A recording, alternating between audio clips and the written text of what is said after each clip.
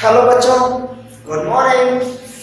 तो आज मैं फिर वापस आप लोगों के रिक्वेस्ट पे कल हमने बताया था आप लोगों को कि किस तरह से एपीएमसी एक्ट आया, एमएसपी क्या होता है, किस तरह से इसको चेंज करने के लिए, इस एपीएमसी एक्ट को किस तरह से चेंज करने के लिए नए प्रयास किए गए थे। और हमने बताया था एमएसपी क्या होता है, किस तरह से हमने बजट की बात की थी, निर्मला सीतारमण जी ने किस तरह से बात किया था उसको चेंज करने का, किस तरह से नुकसान होता था। तो चलो आज हम लोग उस तीनों बिल को पहले देख लेते हैं कि तीनों बिल जो हमारे गवर्नमेंट लेकर के आया वो है क्या, और उसके बाद हम लोग बात करेंगे कि उसका क्या नेगेटिविटी है, क्या पॉजिटिविटी है, और क्या उसका कॉन्स्टिट्यूशन के अनुसार संविधान के अनुसार संवैधानिक रूप से वह सही है या नहीं है। ठीक है, देखो यह जो एग्रीकल्चर रिफॉर्म किया गया है 2020 में, 3 कानून सरकार द्वारा लेकर के आया गया है।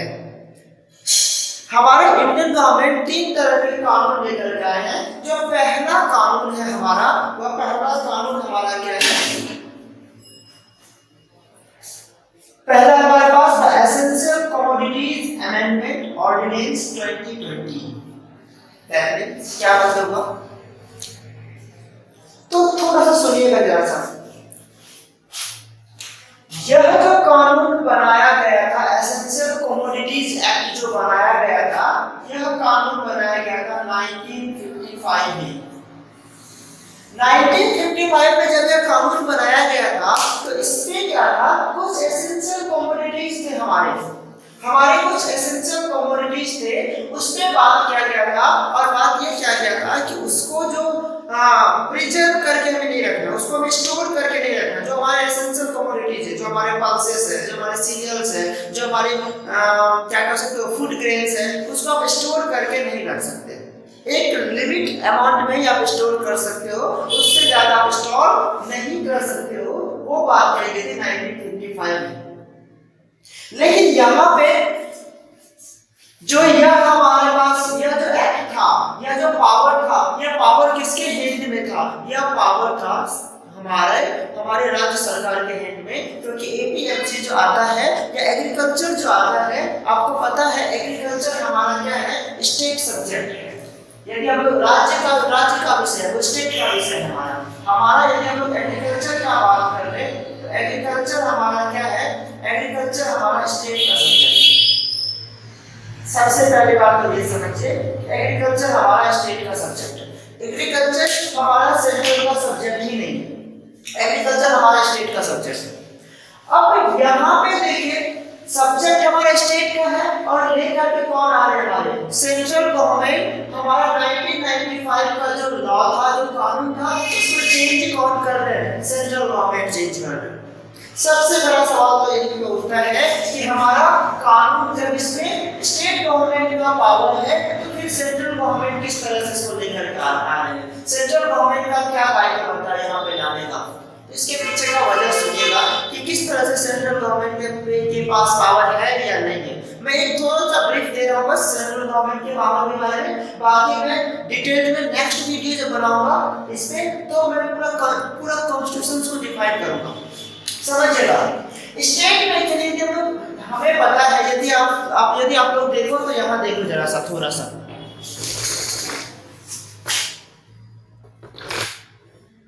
सा यहाँ पे देखिए, समझने का कोशिश कीजिएगा, थोड़ा सा समझिएगा जरा सा मैं क्या बता रहा हूँ।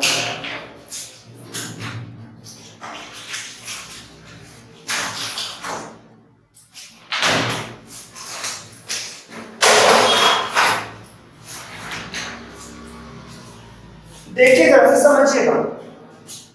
हमें पता है कि हमारे पास जो पावर डिस्ट्रीब्यूशन किया गया है, वो 3 कैटेगरी में पावर का डिस्ट्रीब्यूशन किया गया है। कुछ पावर सेंट्रल गवर्नमेंट के पास होता है, कुछ पावर केंद्र सरकार के पास होता है, कुछ पावर राज्य सरकार के पास होता है, स्टेट गवर्नमेंट के पास होता है, और कुछ कंकरेंट लिस्ट में हो जाता है। दैट मींस समवर्ती सूची में होता है, जिसमें सेंट्रल गवर्नमेंट और स्टेट गवर्नमेंट दोनों क्या कर सकता है, जिसमें सेंट्रल गवर्नमेंट और स्टेट गवर्नमेंट दोनों अपना कानून पास कर सकता है। तो यहाँ ये जब एग्रीकल्चर का बात करें, एग्रीकल्चर हमारा क्या है, वो स्टेट लिस्ट में आता है। एग्रीकल्चर एग्रीकल्चर हमारा स्टेट लिस्ट में आता है। और स्टेट लिस्ट में कौन सा, तो एंट्री नंबर 14 में, स्टेट में एंट्री 14 का यदि हम बात करेंगे तो 14 में आता है क्या, एंट्री 14 में आता है हमारे पास ये एग्रीकल्चर। अब यहाँ पे क्या किया गया था, यहाँ पे स्टेट लिस्ट में entry number 26, 26, entry number 27, 27 and entry number 28, 28 तीन सूची बनाई गई है, जिसमें ट्रेड एंड कॉमर्स के बारे में बात किया गया है, जिसमें एसेंशियल कमोडिटीज के बारे में बात किया गया है इस दोनों 26 और 27 में। अब ये पावर किसके पास है, यह पावर स्टेट गवर्नमेंट के पास है। अरे मैं पूरी कहानी नहीं बता रहा हूं, मैं नेक्स्ट वीडियो में बताऊंगा, अभी मैं सिंपल बता देता हूं। यहाँ पे 1954 में एक एक्ट लाया गया कंकरेंट लिस्ट में, जिसमें एंट्री 37 को ऐड किया गया, जिसमें एंट्री 33 को ऐड किया गया। और इस एंट्री 33 में सेंट्रल गवर्नमेंट को पावर दे दिया गया कि यदि भविष्य में कभी भी कोई ऐसा सिचुएशन आ जाए, कोई वार का सिचुएशन आ जाए, या सेंट्रल स्टेट गवर्नमेंट कुछ मोनोपोली अपना करने लगे, उस टाइम पे इस दोनों एंट्री को सेंट्रल गवर्नमेंट जो है वो चेंज कर सकता है, एक्चुअली में यह जो एंट्री की गई थी, यह एंट्री परमानेंट नहीं है, यह टेम्पोररी एंट्री है, यह टेम्पोररी किया गया था, यह अस्थायी रूप से किया गया था। यहाँ पे सेंट्रल गवर्नमेंट जो चेंज किए हैं, एग्रीकल्चरल लॉ जो सेंट्रल गवर्नमेंट लेकर के आए हैं, तो सेंट्रल गवर्नमेंट ने इसी कंकरेंट लिस्ट के एंट्री 33 में जो उसका जिक्र था, उसी पावर का क्या किया है, उन्होंने यूज किया है। तो सबसे पहली बात तो ये चीज समझ लीजिए कि एग्रीकल्चर है स्टेट लिस्ट का सब्जेक्ट, और यदि स्टेट लिस्ट का सब्जेक्ट है तो फिर सेंट्रल गवर्नमेंट कैसे एंटर कर लिए, तो सेंट्रल गवर्नमेंट इस रीति से क्या किया है, एंटर किया है। इसको मैं बताऊंगा, पूरा डिटेल में इस पे बात करूंगा, सिर्फ इतना समझाने के लिए मैंने क्या किया, मैंने ये बात आपके सामने रखा।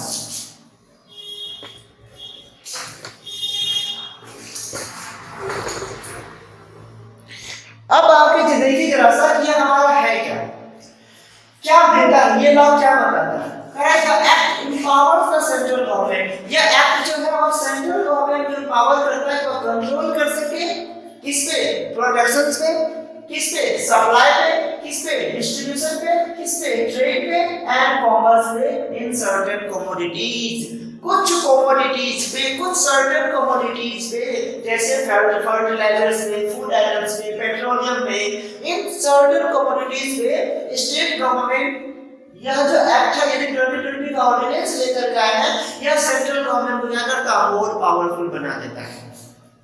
मतलब वहां पे जो टेम्पोररी था, वहां पे जो टेम्पोररी प्रावधान था, सेंट्रल गवर्नमेंट के पास पावर क्या था, वो टेम्पोररी आता, उसको यहाँ पे सेंट्रल गवर्नमेंट ने क्या किया, ये एक्ट ला करके, एसेंशियल कमोडिटीज एक्ट ला करके क्या किया है, इसको परमानेंट बना दिया है। और एसेंशियल कमोडिटीज पे टोटल का टोटल पावर किसका हो गया है, सेंट्रल गवर्नमेंट का हो गया है। सबसे बड़ा विवाद का मुद्दा यही है। यहाँ जो स्टेट गवर्नमेंट इसका विरोध कर रही है, वो इसलिए विरोध कर रही है क्योंकि जो टेम्पोररी प्रावधान था वह क्या हो चुका है, वह परमानेंट प्रावधान बन चुका है, परमानेंट रूल बन चुका है। दूसरा क्या है, the ordinance seeks to increase competitions in the agriculture sector and enhance farmers। अब सेंट्रल गवर्नमेंट अपने सफाई के लिए क्या बोल रहे हैं, वो बोल रहे हैं कि यह जो हमने अपने आप को एम्पावर किया है, वो एम्पावर इसलिए किया है ताकि the ordinance seek to increase competition, agricultural sector में कंपटीशन बढ़ सके और वो अपने आप को क्या कर सके, इनहेंस कर सके, अपना इनकम को क्या कर सके, इंक्रीज कर सके। इसलिए हमने ऐसा कमोडिटीज लेकर के आए। ठीक है, ये सेंट्रल गवर्नमेंट अपने सफाई में क्या कर रहे हैं, बात कर रहे हैं। सेंट्रल गवर्नमेंट अपने सफाई में ये बात कर रहे हैं। तीसरा क्या बात है, यहाँ कहा जा रहा है कि the aims to liberalize the regulatory system while protecting the interests of consumers।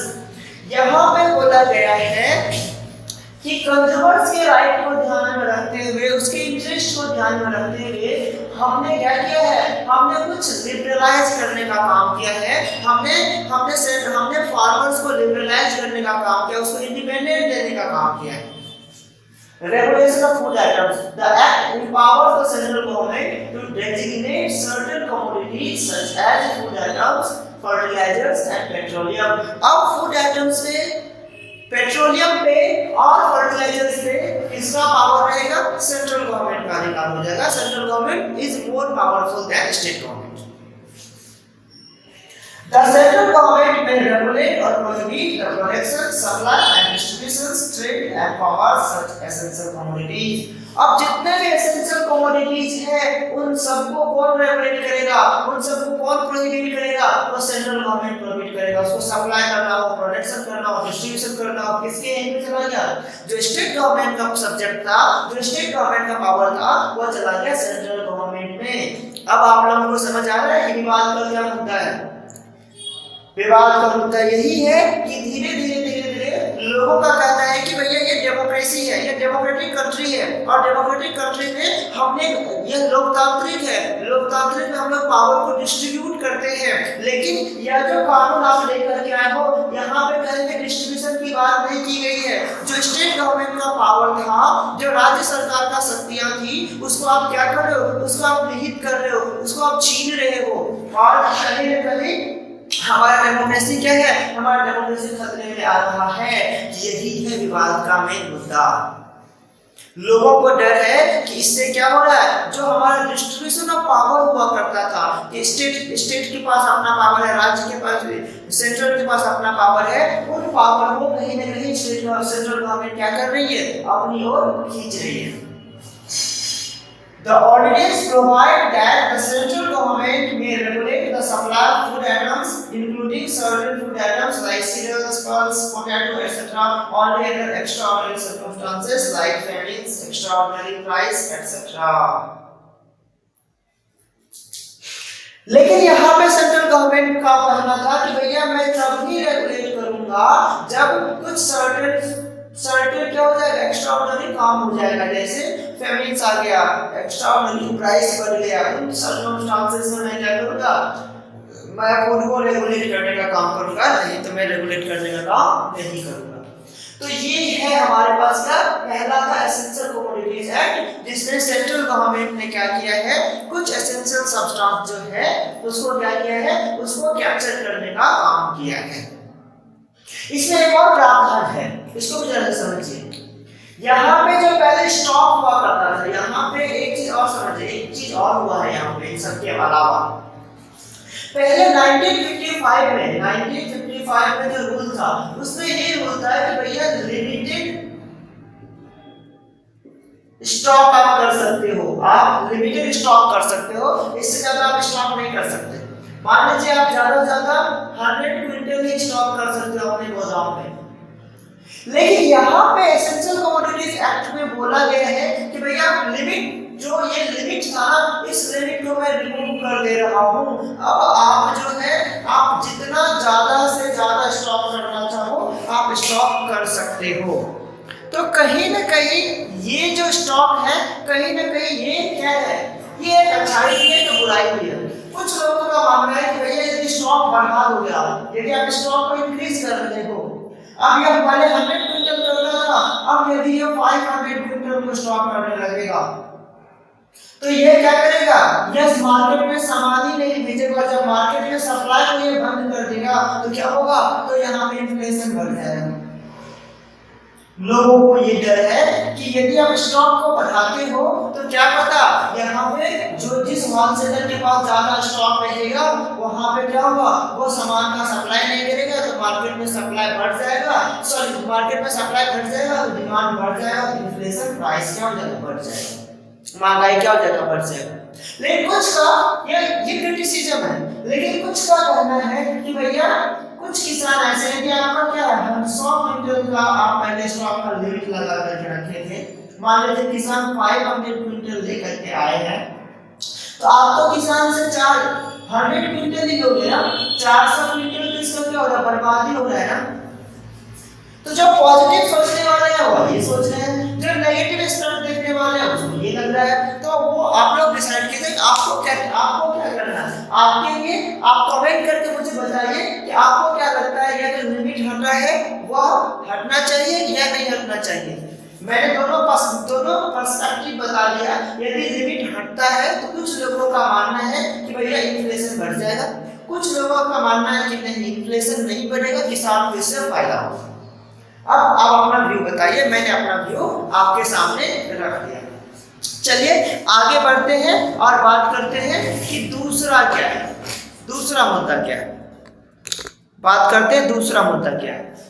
दूसरा जो कानून लेकर के आया गया है वो दूसरा कानून है हमारे पास the farmers produce trade and commerce ordinance 2020।